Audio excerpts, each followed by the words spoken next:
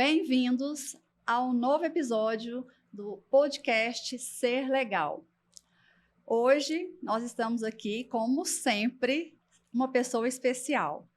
Mas antes, eu quero agradecer ao nosso patrocinador, a SM Alimentos, Cestas Básicas. A SM trabalha com as cestas básicas para empresas, para você que precisa na sua casa, para doação. Então, tem mais de 20 anos no mercado, então é excelência, credibilidade, a melhor entrega de Goiânia. E você pode contar com a SM nas redes sociais, busca lá no Instagram e nós vamos deixar o contato também depois no vídeo, tá? Muito obrigada, SM, nosso parceiro do podcast. Agora sim, eu vou apresentar o meu convidado, Rafael. O Instagram dele, FaelPNL.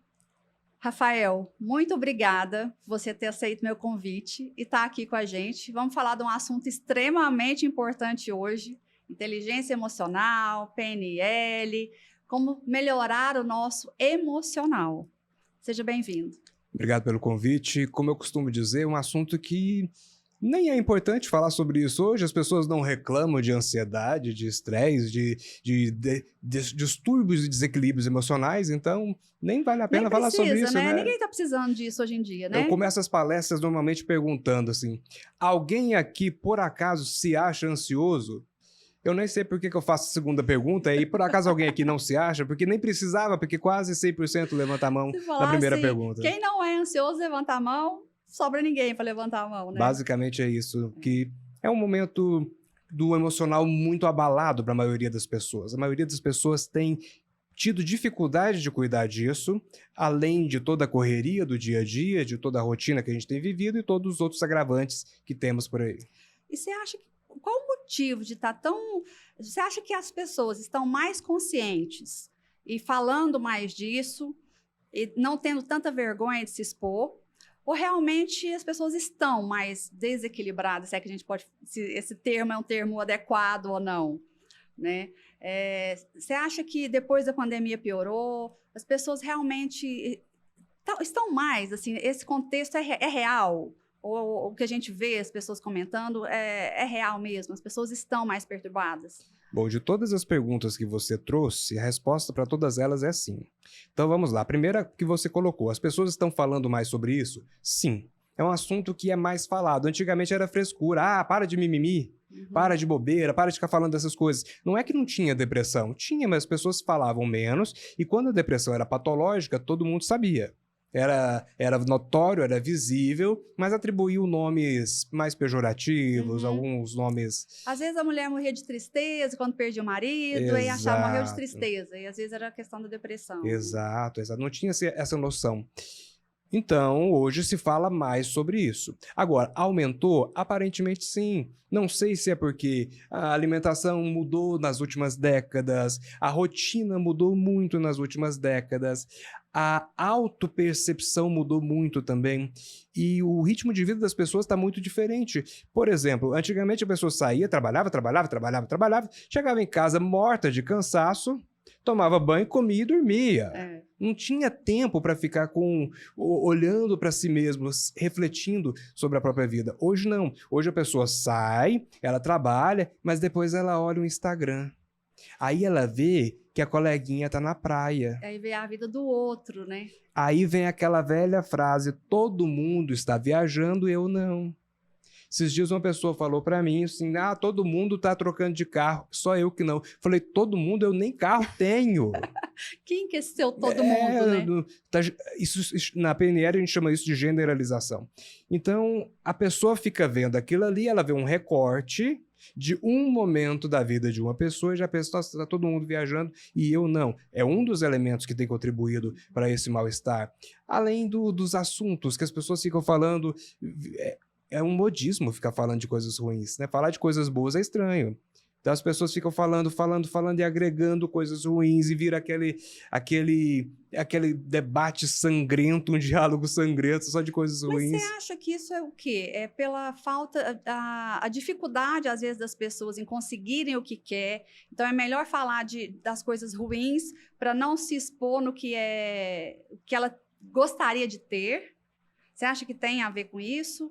Ou porque realmente assim, a gente é inundado o tempo todo com muita informação de jornal, de internet e tudo, e as pessoas vão se levando por aquilo sem pensar? Tem várias possibilidades. A primeira delas é o seguinte: lamento. A pessoa está lamentando. Ela está se lamentando, reclamando daquilo que ela não tem. E já que todo mundo lamenta, eu vou lamentar também. Tá todo mundo reclamando, eu também vou reclamar. Ou pertencer àquele grupo. Esse é o segundo elemento. Esse é o segundo elemento, pertencimento. Se todo mundo ao meu redor reclama, eu vou reclamar também. E o pior, se ninguém tem, eu não posso ter, porque se eu tiver, eu não pertenço.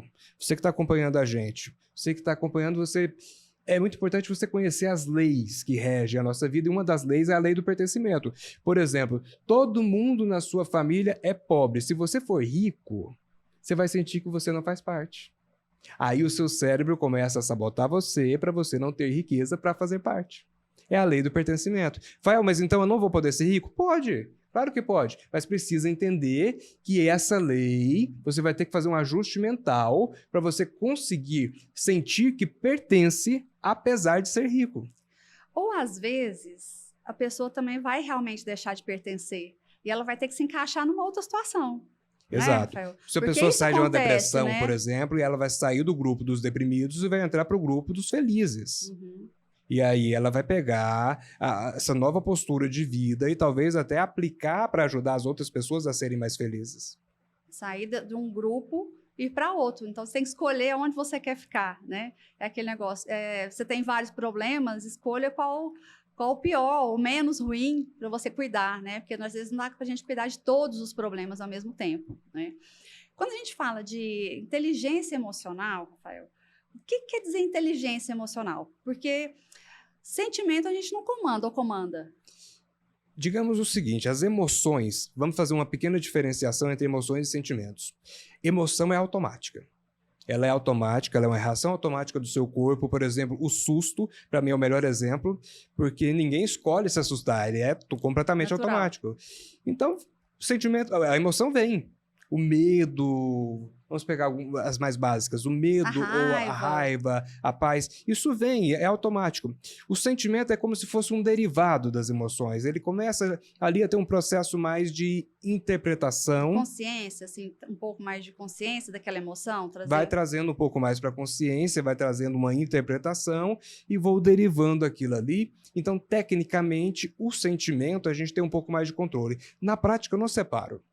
Eu uso tanto a palavra emoção quanto a palavra sentimento simplesmente para me referir ao que a pessoa está sentindo. E a regra que eu sempre costumo dizer é o seguinte: você não tem controle da emoção que surge, mas você tem controle da emoção que permanece.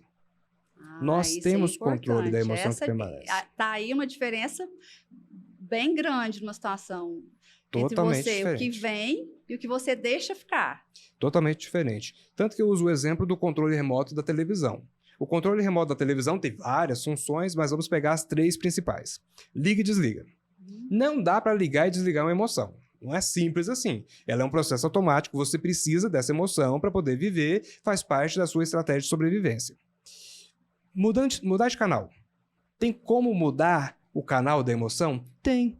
Você está ali num medo tremendo, você pode mudar e passar para uma emoção melhor. Sair do medo e passar para a confiança, por exemplo. Sair da tristeza e passar para a serenidade. Não dá para sair da tristeza e passar para a alegria? Dá. Aí é muito, pedir muito, mas né? O cérebro provavelmente vai achar incoerente. Fala, poxa, eu estava triste, agora eu estou alegre. 5 minutos, não vai achar que é bipolar. Exato. Então saia da tristeza e vá para a serenidade, para a tranquilidade, para a paz. É como se fosse um degrau. Você vai seguindo por degraus. Então, isso é mudar de canal. E aumentar ou baixar o volume. Nós podemos reduzir a intensidade de uma emoção. Por exemplo, um medo nível 10, você pode reduzir isso para um medo nível 5, um medo nível 4. Olha a ansiedade, que a ansiedade é o que as pessoas têm mais reclamado. Qual o problema da ansiedade? O excesso e a permanência dela o tempo todo. Todo mundo tem ansiedade, é normal, é estratégia de sobrevivência. Não dá para sobreviver sem ansiedade. Então, uma vez eu fui fazer uma palestra e o tema da palestra que me deram foi: dá para viver sem ansiedade? Eu peguei o microfone e falei: não. Simples assim. Tecnicamente poderia encerrar a palestra ali, mas eu fui explicar que não dá para viver sem ansiedade porque é estratégia de sobrevivência. Agora, também não dá para viver com ansiedade em nível 10. Logo, você vai usar ferramentas para baixar essa ansiedade para nível 2. Entendi. E detalhe, normalmente a ansiedade é medo. A base... Medo do futuro. O medo de não dar certo, o medo de não conseguir, medo de não chegar lá. É uma distorção do tempo na qual eu antecipo um problema. Eu dou um salto no tempo. Nós estamos aqui agora.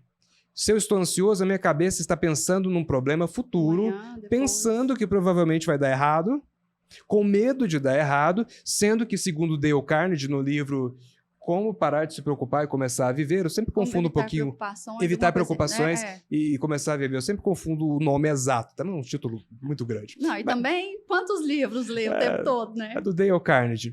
Ele fala que 90% das nossas preocupações não se concretizam. Ficam só no mundo mental, no mundo abstrato. Então, é uma distorção do tempo a ansiedade. Como é que a gente corrige isso? Distorça mais um pouquinho e avance para a solução. Tá, a teoria perfeita, né? Vamos fazer isso. E quais as ferramentas que a gente tem na prática, Rafael, para fazer isso? Vamos falar aí da ansiedade, que a gente já falou um pouquinho mais, né? E que está acometendo todo mundo. Uma ferramenta, o que a gente pode fazer? Ou uma dica, alguma ferramenta, alguma coisa que pode ser feita para aquela pessoa bastante ansiosa? O que ela pode começar a prestar atenção? Ou alguma coisa que ela possa começar a fazer para tentar diminuir esse pico 10 aí? Eu vou juntar as duas perguntas, as duas últimas perguntas. Você perguntou sobre a questão da inteligência emocional. O que seria inteligência emocional? É você pegar essa emoção que é automática e transformá-la num processo em que você assume parte do comando, pelo menos. Entendi. Domar aquele burro louco ali, aquele burro chucro, que está desesperado. Colocar o seu cérebro para trabalhar também para aquilo ali de forma consciente, não apenas de forma não consciente. Não consciente é o tempo todo, vai acontecer o tempo todo, é o automático do seu corpo. Mas trazer para a inteligência significa eu vou começar a fazer escolhas. E escolhas melhores, escolhas mais inteligentes. A programação neurolinguística, PNL, ela diz o seguinte: nós sempre escolhemos a moda. O que é moda? Melhor opção disponível atualmente. Vou repetir. Legal, nós sempre escolhemos a moda. Melhor opção disponível atualmente. Então, o que é melhor? Ficar triste ou ficar feliz? Ficar feliz, né? Se estiver disponível, sim. Qual é o problema da pessoa depressiva? Ela acha que essa felicidade não está disponível. Que não é para ela? Que não é para ela por questões de traumas ou por questões biológicas, bioquímicas. A questão é que a psiquiatria vai trabalhar com a medicação, que o médico vai atribuir a medicação adequada para fazer para regular esses hormônios e neurotransmissores, que é algo necessário, muitas vezes. Agora, a pessoa acredita que não está disponível para ela.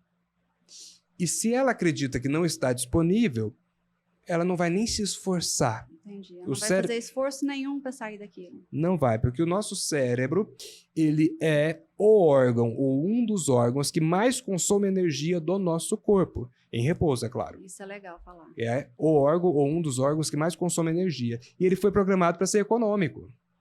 Como é que ele se programa para ser econômico? Aprendi uma vez, não quero aprender de novo. Não quero aprender de novo. Logo, se a pessoa aprendeu, não consigo ser feliz, ela vai seguir aquela programação enquanto ela não for alterada. Enquanto ela não for corrigida. Aí vem a inteligência emocional. Porque começa com a escolha. É por isso que dá trabalho mudar. É por isso que dá trabalho o autoconhecimento, se melhorar. Porque o cérebro, a gente esforça, né? Esforça o cérebro. E ele não está ainda para isso, né? Ele veio para ficar ali em repouso, deitado, esperando só a comidinha chegar, fazer o menos esforço possível. Mas as pessoas precisam fazer isso. É natural, né, Rafael, que a gente evolua e que a gente queira ser melhor. Nós passamos muitos anos, talvez décadas, talvez séculos, sendo doutrinados de que era errado você querer conduzir suas emoções para elas serem boas. Era errado você tentar procurar encontrar a felicidade, quase como se fosse, não é nem a palavra errada, era pecado. Pecado. Porque Literalmente vai isso. só lá no céu que você vai ter a glória de Deus. Aqui na terra, não. Aqui você veio para sofrer. Exatamente. É mais ou menos essa... Exato. E ainda é hoje muito isso, né? Tem muita gente ainda que ainda pensa isso, que aqui é sofrimento. Tem muitas linhas de pensamento que seguem isso. Não sei se estão certas, se estão erradas. Quem sou eu para opinar sobre esse assunto? Eu tenho a minha opinião. O que é certo para cada um que te faz feliz, Exato. né? Só que na minha opinião, nós devemos usar a inteligência emocional, que é escolher. Então, o cérebro vai escolher a melhor opção disponível atualmente. O que eu vou fazer, então? Garantir que a melhor opção esteja disponível.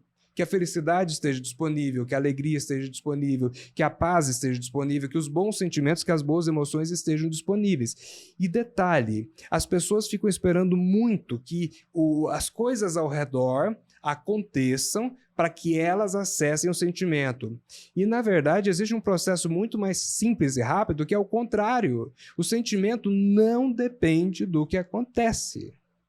Como assim? Sentimento não depende do que acontece. Explica isso aí melhor, que isso aí é confuso. Sentimentos são interpretações. Interpretações. Tanto que eu chego aqui para você com um presente. Eu venho aqui, olha aqui, caneca SM Cestas Básicas, te dou de presente. Se você vai gostar ou não, depende da sua interpretação.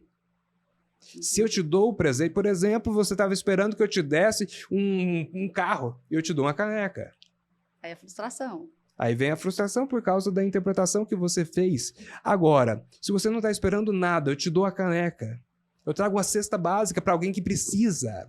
Leva uma cesta básica para alguém que não valoriza. A pessoa, às vezes, vai se sentir humilhada. Exatamente. Aliás, às vezes a pessoa precisa.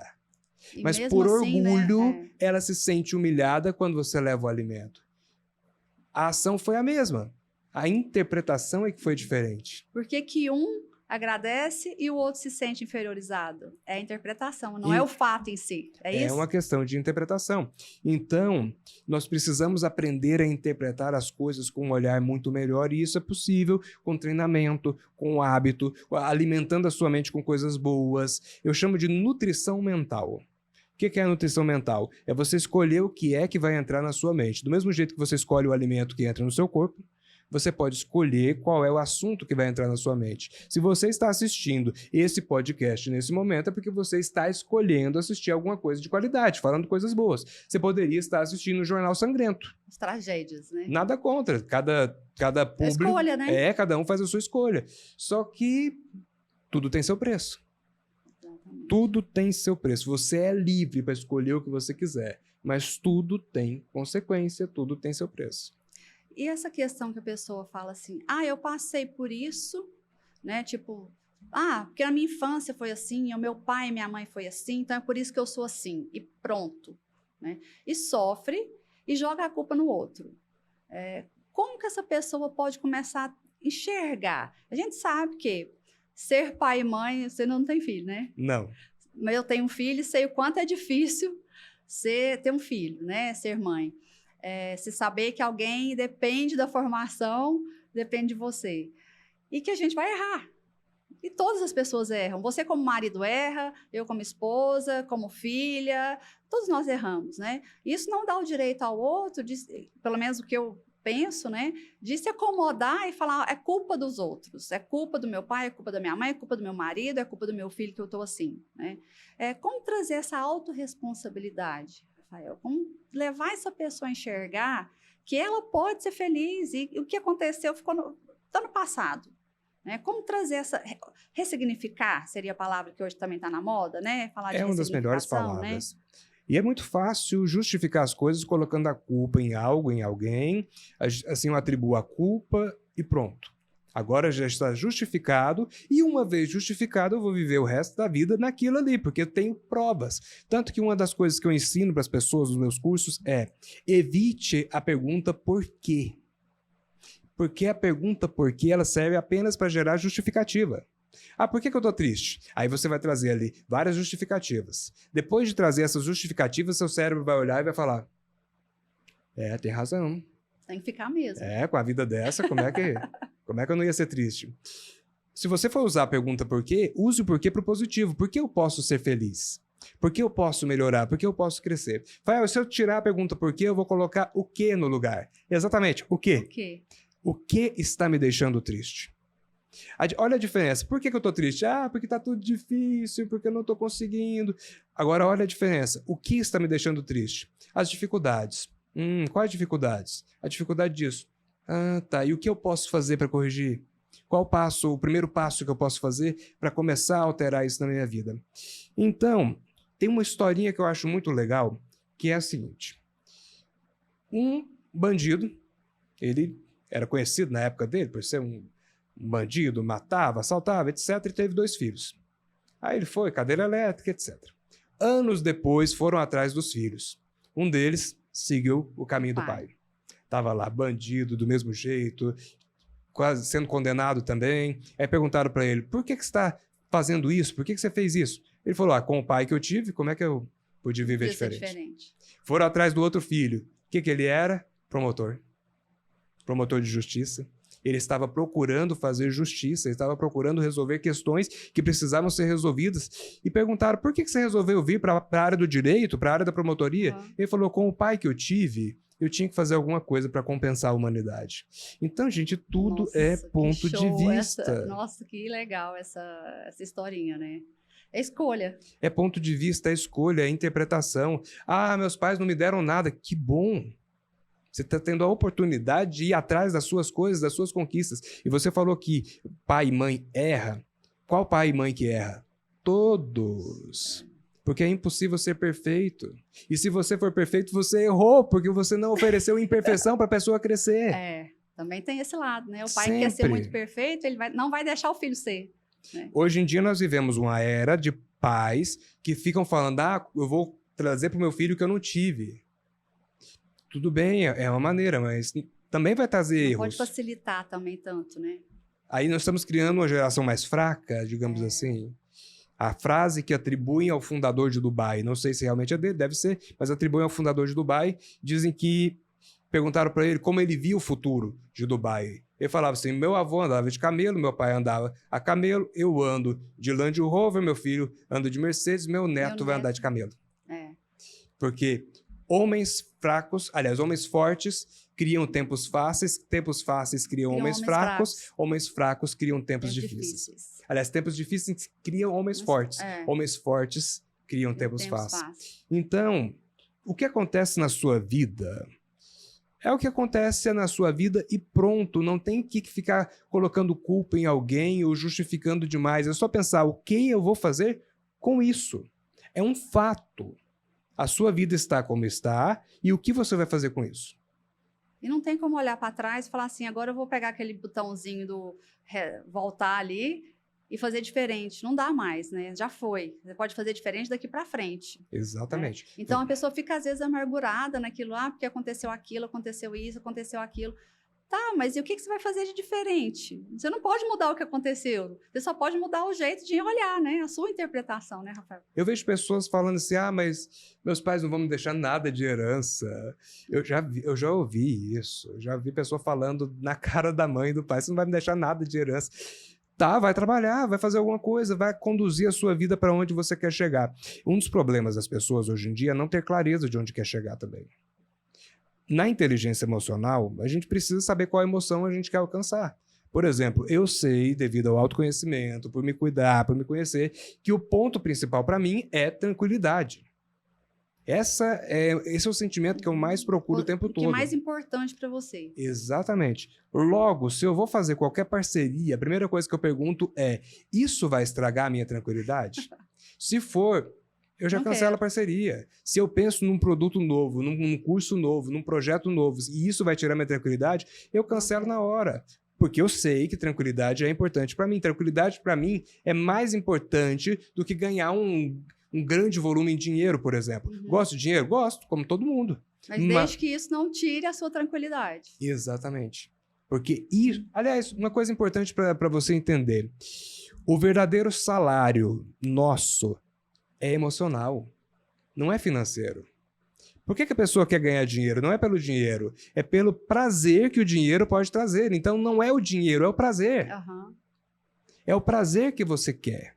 Tanto que as pessoas dizem que até uma determinada quantidade de dinheiro ali, sei lá, se não me engano, acho que sei lá, se é 30 ou 50 mil reais, realmente começa a mudar a vida da pessoa emocionalmente. Mas que a partir daí, começa a não ter diferença. Né? Para a pessoa que ganha 50 mil, 1 milhão, isso não traz mais ou menos felicidade para ela, porque já saiu de um patamar que ela já conquistou tudo. Já pode ter todos os prazeres, digamos assim, que ela quer. Né? Então, isso vai gerando aquelas frustrações que a gente fala, como é que a pessoa tem tanto dinheiro, pode fazer tudo e é infeliz, ou tem depressão, ou conflito na família por conta de problemas emocionais mesmo. Né? E até por questão química. Quando a gente passa um perfume, é muito gostoso na hora. Segundos depois ou minutos depois, a gente não percebe mais o perfume. A gente não sente mais, né? Não sente mais. Quem é que gera prazer no nosso corpo? Dopamina. Tem outros hormônios também, mas a dopamina é um dos principais. É a dopamina. Então, se o corpo se acostumou a gerar dopamina diante dessa quantidade de dinheiro... Então, tá mais, não faz diferença. Acostumou igual o cheiro do perfume. Aquilo ali não vai fazer mais diferença, por isso que a pessoa vai procurar, ela deveria ou deverá procurar alguma coisa que seja significativo, algo que ela vai fazer que seja diferente, que vai trazer esse prazer. Por exemplo, prestar um serviço às pessoas, a gente vê os bilionários se tornando filantropos. Sim. Por que eles estão fazendo isso? Porque são bonzinhos? Também, talvez. Uhum. Mas é porque chega um ponto... Perdeu o sentido, né? O dinheiro não faz diferença para eles, agora é hora de levar para as pessoas. Que bom que eles podem fazer isso. Uhum. E, inclusive, segundo a psicologia positiva, o ápice da felicidade é você ter uma vida significativa, ou seja, a minha vida tem significado. Por exemplo, o que eu estou fazendo aqui nesse momento? Você que está assistindo pode dizer que eu estou aqui gravando um podcast. Ilusão da sua cabeça. Eu não estou aqui gravando podcast. É filósofo, né? Eu sou graduado em filosofia, então filósofo é doido. Ai, gente, me perdoa, Rafael. Eu não te apresentei, né? Gente, deixa eu falar aqui para vocês. O Rafael é palestrante, filósofo, Doido, professor, terapeuta. Então, ele é do jeito que eu gosto. Aquele que se vira nos 30, faz um monte de coisa ao mesmo tempo e é bom em tudo que faz. Desculpa, eu não te apresentei no início, Rafael. Sem problema. Eu sou graduado em filosofia. Então, o que eu estou fazendo aqui? Eu estou ajudando pessoas. Quantas? Não sei. Talvez sejamos só você, talvez esteja ajudando só você. Eu também estou me ajudando, se eu estou falando, estou ajudando. E a equipe que está ouvindo. Talvez. E se a gente conseguir ajudar uma pessoa, a gente já está fazendo uma boa parte, né? Se for só por mim, já estou cumprindo a minha missão, porque a minha missão é passar essa vida inteira e sair melhor do que cheguei. Sim. Essa é a sua missão, é passar pela vida inteira e sair melhor do que você chegou. As pessoas ficam procurando missões mirabolantes, pensando que a gente é importante demais. Gente, nós não somos nadinha. Olha o tamanho do nosso planeta diante do universo. E aí não encontra essa missão, né? E se frustra, né? Acha, eu não sei meu propósito de vida, porque eu não consigo ser o presidente da República. Eu não consigo mudar nada. Então, a nossa missão é sair daqui melhor do que chegamos. E se nessa caminhada eu conseguir ajudar outras pessoas também a saírem melhor do que elas chegaram, ótimo. Quantas pessoas eu estou ajudando nesse momento? Não sei, talvez seja só uma, ou talvez sejam bilhões. Cada vez que eu vou ministrar um curso, por exemplo, eu ministro muito aulas na especialização de fisioterapia, porque tem uma faculdade que eu trabalho junto e eles sempre me convidam para ministrar aula. E eu vou lá ministrar aula para eles e eu pergunto quantas pessoas eu estou ajudando. Eu falo centenas de milhares, porque cada fisioterapeuta que eu ensino vai atender várias pessoas que têm familiares e têm funcionários. Então, são muitas pessoas que nós estamos ajudando.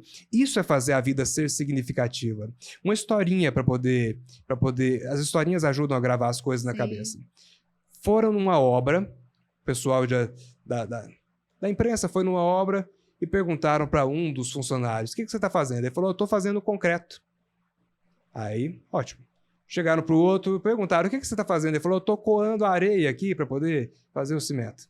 Aí perguntaram para o outro, o que você está fazendo? Ele falou, estou construindo a mais bela catedral que essa cidade já viu. Olha a diferença. E quem você acha que estava se empenhando e que fez o trabalho melhor? Com certeza aquele que tem mais significado. E quem estava mais feliz no final do dia. Logo, pense, quando você estiver fazendo alguma coisa, pense no significado disso para você, para a humanidade, para o mundo, e faça o melhor.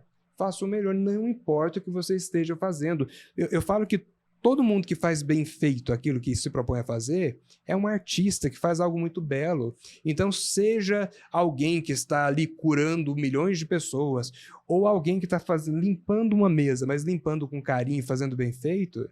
Tem muitas histórias budistas que contam de pessoas que se iluminaram fazendo isso. Uma vez eu li uma história, vários monges lá meditando horas e horas e jejuns e não conseguia iluminação. De repente, o cozinheiro iluminou. E aí todo mundo ficou assim, como assim o cozinheiro iluminou? Por quê? Porque o que ele estava fazendo com entrega total. Isso também tem a ver, você falou e me lembrou, com gratidão também. Eu acho que vincula um pouco aí a gratidão de estar fazendo aquilo, a gratidão de estar sendo útil. Isso também é um sentimento que leva para esse lado aí, Rafael? Você acha que dá para falar que a gente sendo grato, você também começa a melhorar, a olhar esse caminho, chegar a traçar esse caminho? Com certeza, porque a gratidão é a essência da felicidade. Esses dias eu ministrei uma palestra, o tema da palestra é o segredo da felicidade. E nós vamos falar sobre isso? E aí, lá no final, já vou dar spoiler aí, no final eu falo para as pessoas o seguinte: qual é o segredo, a diferença entre sucesso e felicidade? Sucesso é você alcançar o que você quer. Felicidade é você estar grato e satisfeito pelo que você tem agora. Até porque a única coisa que você tem é o agora. O futuro é uma hipótese, é uma suposição. Talvez a gente chegue, talvez não. Talvez não chegue daqui 2 horas. Uma vez um paciente chegou para o médico, apresentou lá a queixa, o médico fez os exames e falou: nossa, o senhor pode morrer daqui 3 meses. O paciente falou: novidade. Todo mundo pode. Todo mundo. Agora, o que eu posso fazer para melhorar o problema aqui? Então, a gratidão é você ser grato por aquilo que você tem agora, do jeitinho que é.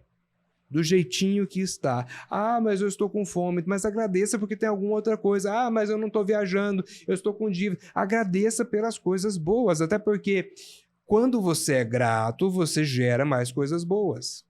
Você começa a enxergar também, né? Eu acho que tem um pouco disso que a gente está falando, de trazer a consciência. Porque às vezes você acha tão banal a gente ter um copo d'água para beber, né? Que você não agradece. Você fala que é tão comum, você acha que todo mundo tem. Não, não é todo mundo que tem um copo d'água gostoso, uma água boa para beber, né? Tem gente que bebe o quê? Água barrenta, água suja. Outros nem têm. Né? Outros nem têm. Então, essas pequenas coisas, eu acho que a gente tem que começar a olhar essas pequenas coisas, começar a ser grato por isso, a gente começa a enxergar, a gente vai enxergando, né? E a partir disso vai trazendo essa consciência e vendo o que a gente pode fazer melhor a cada dia, né? Se dedicando àquilo que está fazendo. Aí uma das frases mais impactantes da palestra, O Segredo da Felicidade, que inclusive nem é minha, é um plágio, se você... É uma adaptação, na verdade. Se você não aprender a ser feliz no pouco, não vai saber ser feliz no muito. Pegando do texto do Evangelho. Né? E é o que você falou, que assim, a felicidade, como é que você falou? Que o sentimento é uma interpretação. Né? Então, se você não consegue ser feliz com isso aqui que você está vivendo, é o agora, não é lá na frente que você vai conseguir, né? Porque é você que escolhe o sentimento que você quer ter. Né? Que foi o que eu trouxe para minha vida. Então, eu comecei a ter problemas na parte prática da vida. Então, veio pandemia, quase todo mundo teve redução de renda, eu também tive redução de renda, tem as questões de saúde, provavelmente deve falar alguma coisa ainda aqui no podcast. Vieram os meus problemas situacionais, as coisas que acontecem com quem está vivo. Todo mundo tem, né? Todo mundo tem. De um jeito ou de outro, a gente olha, acha que os nossos são maiores, mas o do coleguinha também tem, né? Então, todos temos, né? A gente olha, acha que todo mundo... não, a vida daquele lá é muito bom, porque a gente não está dentro da casa dele. Né? Exato. É como dizem os americanos, calça os meus sapatos, ou seja, vem para o meu lugar, seja eu por um instante. Aí eu, por exemplo, ficava sem carro, veio um momento que eu pensei, nossa, quando eu tiver um carro de novo, vai ser legal. Eu não falava vou ser feliz, porque feliz eu já sou, mas eu pensava, nossa, vai ser legal. Minha consciência já chamava atenção, eu falava, se eu não aprender a ficar satisfeito agora, sem carro, quando tiver eu não vou ficar satisfeito também. Gente, a programação não muda, a programação da nossa mente não muda, mudou só a situação. Tirou uma garagem sem carro para uma garagem com carro, só isso. E aí é por isso que aí você compra um carro, fica feliz. Aí, um ano, sei lá se dá um ano, né? 6 meses. Não, eu já preciso trocar de carro. Aquele carro já não te faz feliz mais.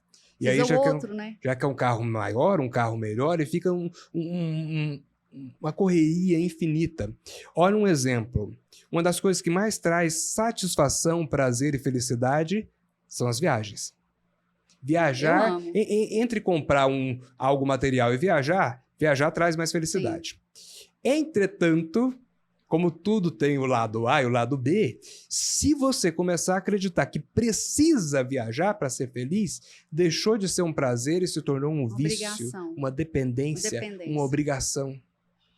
Olha a sutileza da vida, ou seja, uma mudança do ponto de vista já estragou. E principalmente se for pela comparação, né? De que meu vizinho está viajando e eu não estou. Rafael, mas eu queria falar com você, que você falou na sua palestra. Alegria e felicidade. Como que a gente vai identificar? O que é alegria e o que é felicidade? Isso daí é uma discussão que vai ao infinito. Vai ao infinito. É bem uma discussão ao estilo socrático. Mas eu tenho o meu ponto de vista. E eu tenho a minha definição. Para mim, a alegria é mais eufórica, ela é mais situacional, ela momentânea. Ela é mais momentânea, ela é mais barulhenta, aquela pessoa que então ela coloca aquela emoção para fora de uma forma bem notória e visível. A felicidade, ela já é discreta. Ela já é mais discreta. Por exemplo, eu falo para as pessoas que dá para você ser triste e feliz ao mesmo tempo. Agora deixa eu explicar para você não pensar que eu tô mais doido do que eu já pareço. Tristeza, para mim, é o oposto de alegria.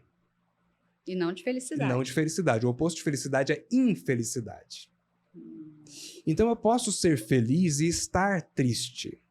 Vou pegar um exemplo que eu sempre cito quando eu vou falar sobre isso. Quando meu avô materno faleceu, eu estava triste, mas eu estava feliz. Por quê? Porque eu vivi tudo que eu pude com ele. Então, ainda mais quando ele estava chegando ali perto dos 90, eu falei, opa... Tem que aproveitar porque vai durar pouco. Levei ele para viajar na terra dele. Acho que foi uma das viagens que ele mais gostou na vida, eu também. Então, aproveitou, viajou, gravei muita coisa dele. Assim, a gravação que tinha na época, não tinha tanto esses celulares tão bons como hoje em dia, mas eu aproveitei tudo. Então, a gente estava lá no velório dele e eu mostrando os vídeos dele rindo. A tristeza por saber da perda, que não ia ter mais aquela pessoa com você, mas a alegria de ter vivido com ele. Exatamente. A felicidade de ter vivido com ele. A felicidade. Por isso que a felicidade era uma senhora discreta. Você bate a porta dela, você sabe que ela está lá. Ela não faz barulho, você não percebe movimento para saber que ela está lá, mas você sabe que ela está lá. Logo, uma pessoa ela pode estar triste por uma situação, mas ela pode ser feliz. Agora, mesmo assim, precisa ser alimentada. Porque é uma postura, é um ponto de vista, é uma maneira de ver a vida. Rafael, então eu vou alimentar o quê? A alegria ou a felicidade? Alimente os dois. Crie situações alegres, mas crie a identidade de ser feliz. Porque a felicidade, ela vai te acompanhar, independente de qualquer coisa, se você se programar para ser feliz. E a tristeza, vão acontecer momentos tristes, eventualidades, né? E aí você sai mais rápido quando você passa a ser uma pessoa feliz. Mais ou menos isso, né? O tempo todo acontecem situações desagradáveis ou situações que vão diferente daquilo que você gostaria. Mas como tudo é uma interpretação, interprete como você quiser. Minha mãe, por exemplo, eu converso com ela e ela fala, nossa, se Deus quiser vai dar certo. Eu falo, mãe... sempre vai dar certo. Porque na minha mente, para mim, tudo dá certo. Ou dá certo do jeito que eu quero, ou dá certo do jeito que precisa ser. Essa é a minha crença. Se eu tô certo ou errado, eu não sei, mas isso fez a minha vida ficar mais leve. Mas isso é maturidade, eu acho, né? Porque quando isso volta àquilo que a gente falou, que é o aceitar o agora. É o entender que agora eu vou ser feliz, independente de qualquer coisa. E a ansiedade também é isso, né? De você falar assim, será que vai dar certo? Talvez não vai dar certo como você quer, mas de algum jeito vai dar certo. Né? E quantas vezes acontece alguma coisa que atrapalha os seus planos e de repente você pensa, nossa, que bom que isso aconteceu. Ou quando você vai ver lá na frente e falar assim, nossa, se não tivesse acontecido isso, eu não estaria aqui. Criaram até um nome técnico para isso nas religiões evangélicas, né? Okay. Livramento. Ah, é? Um livramento, ou seja, aconteceu isso e me livrou de um problema. É. Logo, as pessoas reclamam de tudo por esporte, A gente por quer mania. saber de tudo também, né? O ser humano, eu acho, como você falou, a gente se acha grande demais, né? A gente quer ter o controle de tudo, ser o controlador da vida da gente. E aí, quando a gente abre mão desse controle, vê que a gente não é nada, é difícil esse ego sair. Acho que é um pouco essa questão do ego também, né? De falar assim, não, você não é onipotente, não, onipotente está lá em cima, né? Então, você vai ter que seguir aí algumas coisas para você aprender. Agora, o que a gente pode fazer na prática? Porque estamos teorizando aqui, mas na prática, o que a gente pode fazer? Direcione a sua mente. Você não precisa controlar, porque você não tem controle. A emoção é automática, ela vem, você não escolhe que o medo venha, você não escolhe que a tristeza venha, ela vem, mas direcione a sua mente. Olha uma palavra simples, que eu ensino em quase todas as palestras, para as pessoas usarem. Escolho. A palavra escolho. Então, diga sempre, eu escolho ficar bem, eu escolho ficar em paz, eu escolho ser feliz. É diferente da palavra eu quero. Quem diz eu quero está dizendo que não tem. Logo tem uma sensaçãozinha de falta. Né? E não se põe como autoridade para resolver aquilo, né?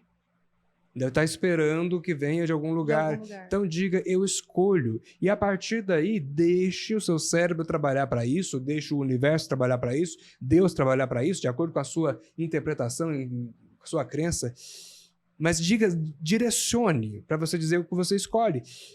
As pessoas, cada vez que você reclama de alguma coisa, o seu cérebro pensa que você quer aquilo. É o reclamar. Clamar de novo. Pedir de novo. Eu falo para as pessoas que o cérebro é burro. Elas se assustam quando eu digo isso. Mas a máquina, cérebro, ela é burra. A programação do cérebro... Ele é o hardware, né? Exato. É igual ao computador. O computador em si é burro. Se não for programado, ele não vai fazer nada. Não vai fazer nada, né? Vai ser só um peso. O cérebro é a mesma coisa. Se ele não for programado, ele vai seguir no automático. Agora, pensa bem. O que é o automático? Ou é o que as pessoas estão falando ao seu redor, e na maioria das vezes não é bom. E a gente não pensa para saber se aquilo é o nosso pensamento mesmo ou se está sendo influenciado por outro, né? Vai de manada. Ou é o que querem colocar na sua mente para te manipular, ou o que está na sua mente não consciente, o famoso inconsciente ou subconsciente. Aí eu te pergunto, o seu subconsciente, seu não consciente, foi bem programado? Porque o meu não foi. E eu acho que de ninguém, né? O meu não foi. Se o inconsciente... vamos voltar ali na questão da evolução ali da família, né? Que até os 7 anos foi montada a nossa máquina ali nesse inconsciente e a gente não tem acesso, porque quando a gente tinha 2 anos, 3 anos, 4 anos, o que a gente lembra disso? Mas está tudo lá, está tudo gravado. Né? Então, esse inconsciente tem o quê? Muita sujeirinha ali que a gente não consegue limpar. Né, Rafael? Fora todos os desafios que o papai passou, que a mamãe passou. Não sabemos se a gestação foi algo tranquilo, se foi algo pesado, e não é culpa deles. E a questão transgeracional também, né? Não sei se você trabalha ou acredita um pouco nisso, né? Mas com as constelações também, a gente também foca um pouco nisso, nessas questões de antepassado, né? Que tudo também está nas nossas células. O DNA não é só o DNA físico, é o DNA emocional, digamos assim, também, que vem dos nossos antepassados, né? Que acaba também influenciando, né? Totalmente. Então, a gente precisa direcionar um pouquinho, porque o nosso subconsciente provavelmente não foi bem direcionado. Como é que você pode direcionar? Tá dirigindo? Vai repetindo, eu escolho ficar em paz, eu escolho ficar bem. Ah, Rafael, mas na hora que eu falo isso, já me dão uma fechada, e aí eu não aguento. Começa de novo. Começa de novo. Gente, criança, você não fala uma vez só. Você fala a primeira, ela nem te escuta. Fala a segunda, ela não te escuta. Você fala umas 10 vezes até ela obedecer, às vezes ainda tem que dar uma palmadinha. Ou um castigo. Palmadinha hoje tá fora de moda, falar né? isso. Não pode, né? Hoje é o castigo. Vai dar um processo educativo ali com ela. Vai colocar no cantinho da disciplina. O cérebro é a mesma coisa. O cérebro é uma criança birrenta. A única diferença é que você é a criança e você é o pai. É você que tem que se controlar mesmo, É tudo né? você. Não é o papai, não é a mamãe, é você. É você quem vai fazer isso a partir de agora. Então, coloque como tarefa para a sua vida, sempre durante o seu dia, diga várias vezes, eu escolho, e diga o que você escolhe. Eu escolho ficar bem, eu escolho ficar em paz, eu escolho ser feliz. para você direcionar sua mente para ela saber onde você quer chegar. É o básico, é o mínimo. Agora, se tiver bloqueios muito profundos, aí é hora de procurar um auxílio profissional, procurar um psicólogo, procurar um psiquiatra, procurar um terapeuta, para poder desenvolver aquilo que precisa ser desenvolvido e desbloquear o que precisa ser desbloqueado. E quando que a pessoa sabe? Porque assim, quando que a pessoa sabe que é a hora de eu procurar alguém, procurar uma ajuda? Porque às vezes a pessoa fala, igual eu te falei, não, eu sou assim mesmo. Assim, quando ela está com dificuldade em relacionamentos em geral, no trabalho, ou a pessoa, como que ela percebe que é hora dela procurar uma pessoa, uma ajuda? Ou de um psicólogo, de um terapeuta, de um psiquiatra? Como que a pessoa descobre isso? No meu ponto de vista, todo mundo precisa de um psicólogo. Eu também. Eu acho que deveria ser já no jardim de infância começar a acompanhar. Todo mundo precisa, pelo menos, passar por momentos em que vai ao psicólogo para verificar como é que está ali o geral da mente da pessoa, do emocional. Então, esse é o primeiro ponto. Uhum. Procurando o psicólogo, você já vai identificar aquilo que precisa ser corrigido e já vai corrigir. Não estando indo ao psicólogo, quando é que você vai procurar? Quando está sentindo que não consegue fazer sozinho. Mas enquanto isso não está te doendo, não tem... Por exemplo, às vezes... Em termos de relacionamento, a pessoa não consegue ter bom relacionamento no trabalho, não consegue ter um bom relacionamento em casa, não consegue ter relacionamento com amigos. E essa pessoa acha, não, é porque eu gosto de ficar sozinha. Não sei o quê. Será que ela está escondendo isso para ela?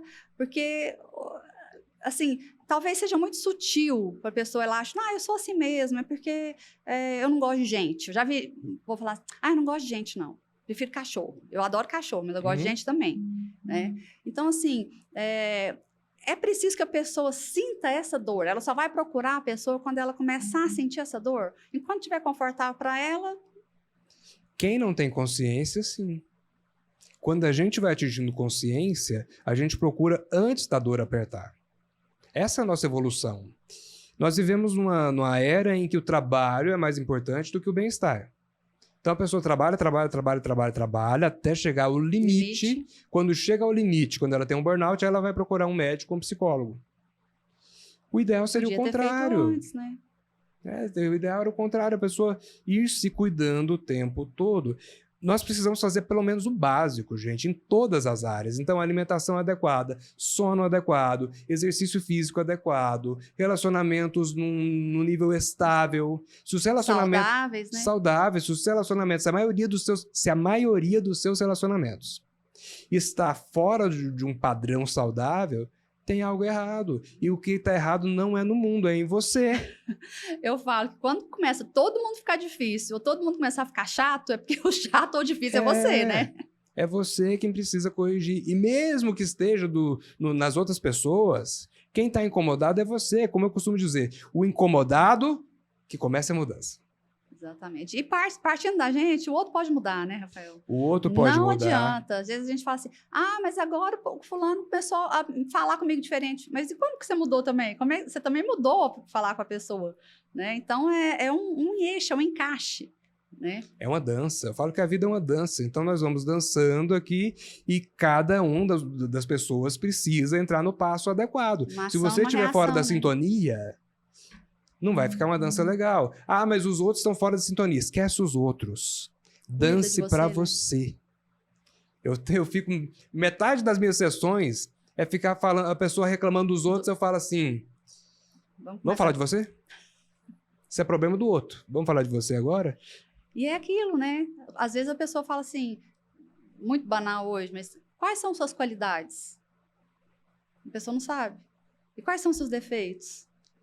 Também não sabe. A pessoa não para olhar, para se olhar, para falar o que eu estou fazendo de bom, o que eu estou fazendo de ruim, né? O que eu posso melhorar, que qualidade eu tenho, o que eu tenho de potencial, o que eu não sou tão legal assim, que eu vou me deixar para cá, não vou fazer, né? O que eu posso corrigir, o que pode melhorar. Exatamente. Rafael, eu queria falar com você, antes que dê o nosso tempo, ainda tem muito tempo, mas só para eu não esquecer, né? Você vai fazer agora uma oficina sobre o perdão. Exatamente. Vamos falar um pouquinho sobre isso aí? Tá? Como é que é essa oficina? Como é que veio essa ideia? Como é que vai funcionar? Conta aí, como é que veio essa história de perdão? Eu tenho estudado o perdão já faz um tempinho, Porque tem vários autores que defendem que o perdão é uma das alterações, é uma das questões mais importantes que nós precisamos corrigir para resolver qualquer coisa. Por exemplo, você citou constelações num determinado momento. Quem tem problemas com o pai ou com a mãe vai ter problema para ganhar dinheiro. No caso da mãe, o problema, se não me engano, é para ganhar, e no caso do pai é para manter, para administrar. Eu não sou constelador, eu só cito pelas minhas leituras e pelas conversas e palestras. Mas o que eu sei é que se tem uma falta de perdão com o pai ou com a mãe, vai ter problema em várias áreas da vida, inclusive financeira. E tem autores como a Louise Hay, como David Hawkins e outros autores que dizem o seguinte: toda doença é causada por falta de perdão. E aí eu queria que você falasse um pouquinho sobre a sua doença, né? Relacionasse isso. E como que, a partir do momento que você viu isso, falar toda doença é um perdão, como é que você enxergou isso e o que você fez para melhorar? Bom, em primeiro lugar, eu quero deixar claro, já que eu estou conversando com um advogado aqui, não é minha doença, que não está no meu nome. É verdade. Não assinei nada, não. Isso é para você que está assistindo, tá? A pessoa fala, é a minha diabetes. Você comprou? Você pagou? Desapega, gente. Fala assim, a doença que eu estou passando, a situação que eu estou passando, tá? Desapega disso. Não é minha, que isso não me pertence. Não é. Bom, quando eu vi essa questão de que toda doença seria falta de perdão, o primeiro questionamento que eu fiz foi: o que falta perdoar? Quem falta perdoar? Quais situações falta perdoar? E no meu caso, que o que manifestou em mim é uma questão autoimune, a questão já dá um endereço. Se é autoimune, ou seja, está faltando perdoar quem? A mim. Ou seja, você que passa por situação autoimune. É muito provável que a causa emocional é você não estar se perdoando. A causa emocional. Não vou falar da causa patológica, porque isso só cabe aos médicos. Mas a causa emocional é você não se perdoar. O que eu quero dizer com causa emocional? Tem muitos autores que acreditam que toda doença surge primeiro no emocional e depois manifesta no físico. Sim. Outros já pensam que não, vem do físico também, mas o emocional agrava. Por exemplo, uma pessoa que tem pressão arterial descontrolada. Quando ela está emocionalmente descontrolada, a pressão arterial vai descontrolar mais ainda. Vamos pegar um caso mais técnico ainda, a pessoa que tem diabetes. Quando ela está com o emocional descontrolado, o índice glicêmico vai lá em cima. Sobe mais. Então, tem uma correlação, né? Tem uma grande correlação. Aí eu comecei a me perguntar isso daí. Eu fui estudando filosofias, por exemplo. A Seichonoye é uma filosofia que trabalha... É uma filosofia e religião que trabalha muito o perdão. Esse é um exemplo. Estudei várias. E eles trabalham muito a questão do perdão o tempo todo, para trabalhar o perdão a si mesmo e o perdão aos outros. E eu comecei a aplicar ferramentas em mim, aplicar e levar para os meus clientes de terapia. Todo cliente de terapia precisa trabalhar o perdão. Na verdade, todo mundo precisa trabalhar o perdão. Aí agora, para esse ano, eu resolvi trazer a oficina. Eu estava verificando os meus vídeos passados, eu vi que em 2022, em março de 2022, eu fiz uma maratona falando sobre o perdão e sobre o auto-perdão aberto no Instagram. Ou seja, não é de agora que eu tenho falado sobre esse tema.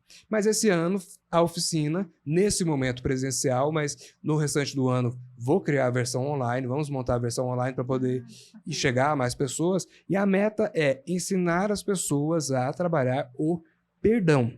E o primeiro conceito que eu quero colocar aqui para você que está assistindo é o seguinte: quem é que é beneficiado pelo perdão?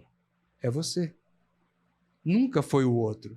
Eu não vou perdoar o outro porque o outro não merece. Gente, não tem, o outro mal entra na história. O outro nem sabe, às vezes, que você está com essa raiva ou algum sentimento por ele, né? A pessoa não está nem sabendo que você existe. E muito menos vai saber que você perdoou. Porque isso não é para fazer, não é para sair gritando pro mundo. Né, é seu, é interno, na casa interna, é tudo interno, é algo interior. E a pessoa ficar guardando a mágoa. Eu gravei um vídeo essa semana dando o seguinte exemplo: você ficar guardando a raiva, a mágoa, para poder atingir o outro, é como se você colocasse veneno na sua boca para envenenar o outro. Enquanto você está com veneno na sua boca, você está se envenenando e às vezes você nunca chega lá para colocar o veneno no outro. E ao colocar, você já se envenenou. Como diz uma música da banda que eu gosto muito, que é a Rosa de Saron, que diz assim: se você for partir para uma vingança, lembre-se, cave 2 covas. Exatamente. Cave 2 covas, porque você também vai se matar.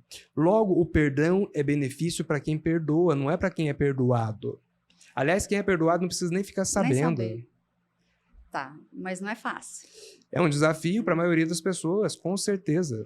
É assim, eu vou dar um testemunho, né? Eu passei por um segundo casamento e saí com alguns problemas, muita raiva. E era uma raiva, eu acho que chega a ódio, eu nunca senti ódio de ninguém, mas eu acho que era tanta raiva que eu acho que chegava a ser ódio da situação, né? Que me doía o corpo. Me doía realmente o corpo, de enrijecer tudo, de travar, sabe? De me fazer mal. E como eu fui percebendo isso, eu comecei, né? Busquei terapias para isso e comigo mesma também, de eu quero, não quero isso, não quero, perdoa e perdoa. Passou, sabe? Mas é uma decisão. Então, perdoar, você acha que é uma decisão? Ou isso com o tempo vem? Os dois. Se a pessoa permitir com o tempo, o processo de organização, o processo de homeostase, vai gerar um perdão. Tanto que nós ouvimos várias histórias de pessoas que na velhice ofereceram perdão para alguém do passado. Então isso acontece naturalmente porque é um processo de organização. Homeostase significa tudo em ordem. Uhum. Colocar tudo em ordem, então, inclui perdoar. Mas hoje, por inteligência emocional, ou seja, tirando do subconsciente e trazendo para a minha escolha, para o meu consciente, o perdão começa, assim, nesse processo de escolher. E a escolha começa pensando no que é que você ganha, porque o nosso cérebro é capitalista. Ele só se empenha se ele tiver certeza que vai sair ganhando. Então, o que é que você vai ganhar se você perdoar? Menos sofrimento. Paz, tranquilidade, né? Vai liberar energias que estavam bloqueadas. Eu já ouvi várias histórias, vou pegar um exemplo, vou pegar uma história católica aqui. Uma vez o padre Jonas Abib, faleceu ano passado, se não me engano, 2 anos atrás, ele contou que estava tendo uma obra lá na Canção Nova e o trator estava travando e nada resolvia, até que teve uma iluminação e pensou assim, alguém tá brigado aqui. Olha. Chamou todo mundo e falou assim, gente, tá faltando perdão aqui, quem é que precisa se perdoar? Fizeram lá, descobriram onde é que estava o problema, se perdoaram e o trator se liberou. Foi uma coisa que estava ligada à outra? Não sei. Eu sei que Mas pelo menos faz a gente resolveu. refletir. E essa não é a única história desse tipo que eu já ouvi. Quantas vezes a nossa vida trava porque falta perdoar? Seja perdoar a nós mesmos, seja perdoar a outra pessoa. Então, o que é que você ganha perdoando? Vai destravar algumas áreas da sua vida. Se o problema é na saúde, pode destravar a saúde, permitir que a saúde retorne para você. Se o problema é financeiro, pode permitir que a energia do dinheiro flua para você. Se o problema é relacionamento, olha só, você que trabalha muito com família. Se não tem perdão, como é que vai casar de novo? Como é que vai ser feliz? Como é que vai ter alguém? Como é que vai educar os filhos? Se não tem perdão. E principalmente com pais e filhos, entre pais e filhos, né? Eu vejo muito isso de, eu não perdoo meu pai, o que meu pai fez com a minha mãe, o que minha mãe fez com meu pai, eu não perdoo meu irmão, não perdoo, não sei o quê. E aí, na hora dos inventários, né, e os conflitos de família, aquilo ganha uma proporção imensa. E todos perdem, é o que eu falo, todos perdem, não é só aquela pessoa que não quer perdoar, todos perdem, né? Mas o perdoar é esquecer? Perdoar não é esquecer, esquecer é isso? Alzheimer. Esquecer Alzheimer, amnésia, perdoar não é esquecer. Perdoar é dessensibilizar. O que é dessensibilizar? Tirar a dor. Por exemplo, quase todo mundo já deve ter tido a experiência de ter tido uma insolação. Foi pra praia, pro clube, tomou sol demais e queimou a pele. A insolação, só de olhar já dói. Encostou, dói mais ainda. Um assunto sensível, toda vez que a gente toca nele, dói. Dessensibilizar significa, eu posso tocar nesse assunto que não dói mais. Detalhe, vamos supor que ficou uma cicatriz. Cicatriz não dói. Mas mesmo assim não é bom ficar passando o dedo e mexendo o tempo todo. E isso também acontece. Exato. Ali, né? Isso também acontece quando a pessoa perdoa. Não vai ficar mexendo naquele assunto o tempo todo. Não, deixa para trás. Só que se precisar falar, você consegue falar sem sentir dor. Então, perdoar é dessensibilizar. Agora, a melhor definição de perdão para mim é a definição que o James Hunter coloca no livro O Monge e o Executivo. Ele disse o seguinte: perdoar é desistir do ressentimento. Então desistir do ressentimento. Exato. Então é você falar assim, quer saber? Não quero mais sentir raiva. Não quero mais sentir tristeza, não quero mais sentir mágoa. Existem situações em que a pessoa vai dizer para mim, Fael, mas você não conheceu a minha história. Isso é imperdoável.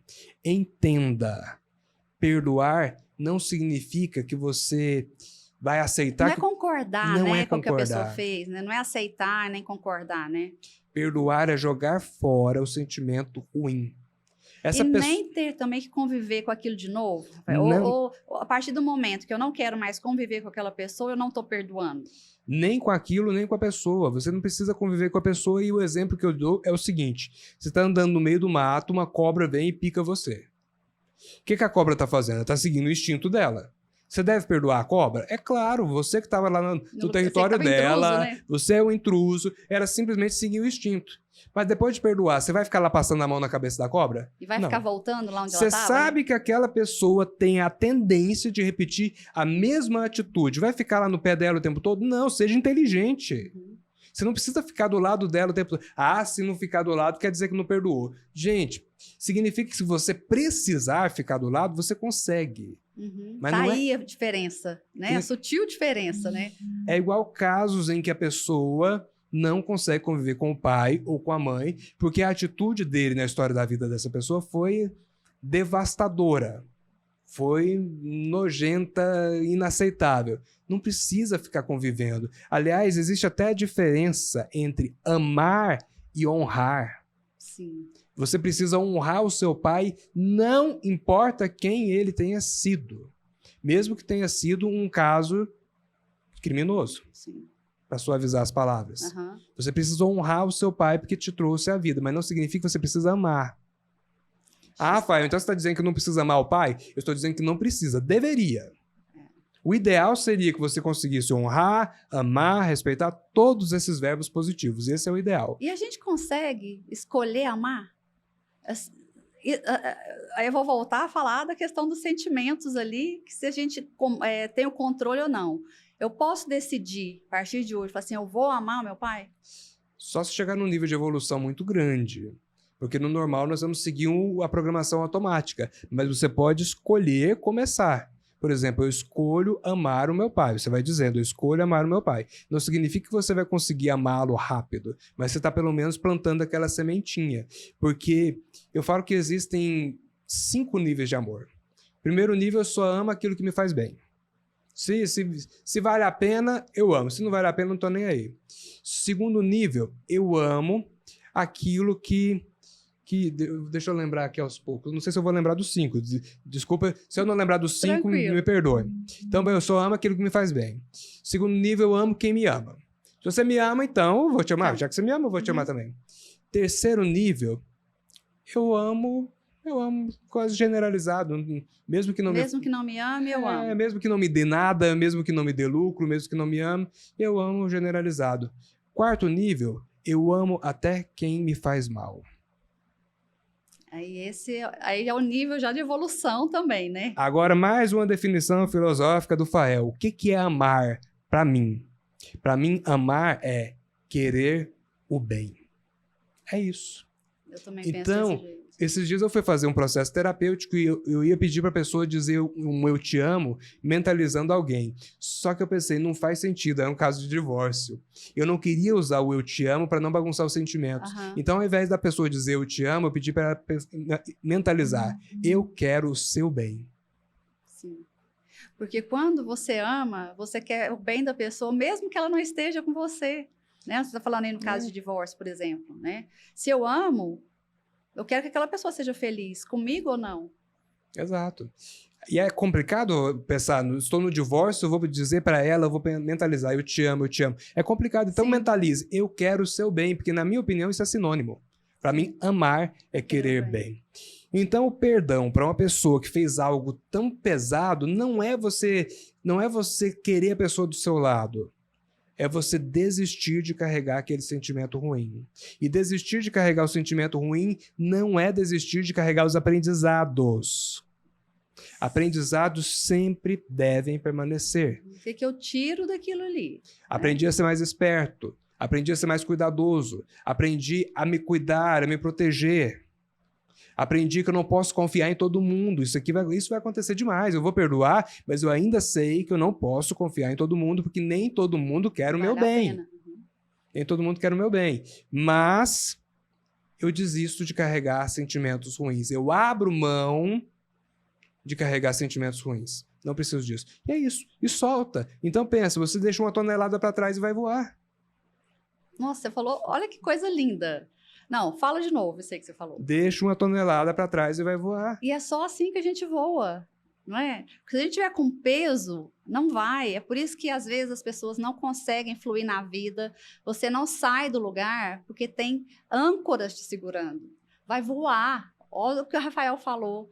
E esses sentimentos que são âncoras, são todos esses sentimentos aí que a gente está falando desde o início aqui de ruins. De tristeza, infelicidade, de mágoa, de ressentimento, de falta de perdão. Então, se a gente quer ser feliz, a felicidade, como você colocou aí, né, Rafael? Essa felicidade que se mantenha, a gente tem que ir tirando essas cargas. É isso, né? Exatamente. Quem que eu tive que perdoar para poder seguir em frente e colocar minha vida em ordem? Eu tive que perdoar a vida em si, porque eu descobri, ao longo do meu autoconhecimento, que eu nunca gostei de viver. Olha aí. Eu vim obrigado. Eu vim porque eu falava, você tem que ir, você tá escalado, vai. E você ficou lá na birra, eu não quero, não quero. E eu fiquei muitos anos alimentando isso, que eu tava aqui obrigado. E foram muitos anos. Não conseguia ver a graça da vida. Não via a graça, via o contrário, via o oposto, só o lado ruim. E aí, por isso que eu pago o preço hoje, é um dos motivos de eu pagar o preço. Então, eu não queria viver, o meu corpo falou assim, então vamos anular essa vida, vamos tirar essa vida daqui. Então, eu fui trabalhar o perdão para a vida, trabalhar. Hoje eu amo a vida. Hoje eu já consigo dizer que eu amo a vida.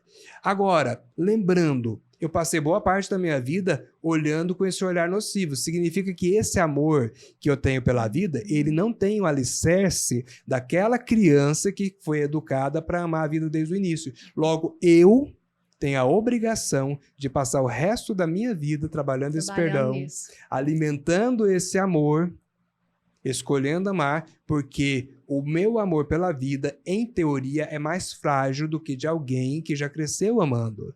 Mesmo assim, eu posso amar. É novamente uma escolha. É a sua escolha. É a escolha. E aí, uma coisa para você que está assistindo. Eu comecei a mentalizar, eu quero viver. Quando eu disse isso, meu inconsciente falou assim, quer nada. Porque ele já estava ali viciado naquilo de que não quer, né? E a gente que trabalha o autoconhecimento, nós temos a autopercepção. Quando eu digo alguma coisa que o meu inconsciente não concorda, eu já sinto no corpo. Um puxãozinho na boca. Tá incoerente isso aí, né? O meu corpo na hora fala, não foi aceito. Aí eu comecei a falar, ao invés de falar eu quero viver, eu começava a dizer eu quero querer viver. Olha um passo atrás. Então, por exemplo, ao invés de você dizer eu quero perdoar, diga eu quero querer perdoar. Eu escolho querer perdoar. Começa por aí, né? Começa por aí, dá um passo para trás. Eu decido aprender a perdoar. Começa a alimentar isso daí, vai plantando essa sementinha, vai jogando as sementes, que em algum momento isso vai brotar e vai trazer frutos. Ai, Rafael, a gente podia conversar aqui umas 3 horas, mas a gente vai ter que acabar, né? Maravilhoso sempre falar com você. E esse tema, então, que eu acho que hoje em dia está muito importante, essa questão do perdão. Eu só queria que você falasse os dias que vai ser, como é que entra em contato, essa questão da oficina, quem tiver interesse. Bom, a oficina que nós vamos ter agora, no início de 2024, será nos dias 23 e 30, presencialmente em Goiânia. Mas, logo vamos ter a versão online. Como é que você vai descobrir dessa versão online? Como é que você acompanha? Siga nas redes sociais, FaelPNL, lá no Instagram. O Instagram é a rede social que eu mais movimento. Então, FaelPNL, você vai seguindo, sempre você vai ver as divulgações, não só da oficina do perdão que vai ter agora, mas também dos atendimentos. Ele faz muita coisa, gente. Ele está sempre se movimentando, então pode seguir, que sempre tem coisa boa. As palestras, os cursos. Por exemplo, eu estava falando da palestra O Segredo da Felicidade. Foi uma palestra gratuita que fizemos no dia 28 de dezembro. Logo, vai acompanhando, porque sempre tem coisas novas, sempre tem coisas boas para você ir se atualizando. Nós vamos ter esse ano o método 100. O que é o método 100? 100 é uma sigla para controle emocional e mental, para ensinar as pessoas a terem mais controle das emoções e da mente. Siga nas redes sociais que você vai receber notícias e vai ter informações. Começa por aí. Se você acha que você não tem controle sobre suas emoções, já começa a dar o primeiro passo, começa a se inteirar sobre isso, começa a fazer buscas, fazer cursos. O Rafael está aqui e eu recomendo, ele foi uma pessoa importantíssima na minha vida, me ajudou muito em um momento muito complicado, muito difícil, então eu sei que vale a pena. Tá? Rafael, mais uma vez, obrigada. Eu quero aqui agradecer novamente ao nosso patrocinador, a SM Alimentos, que nos ajuda aqui a manter o podcast. E é uma empresa com credibilidade, mais de 20 anos no mercado, com uma entrega rápida.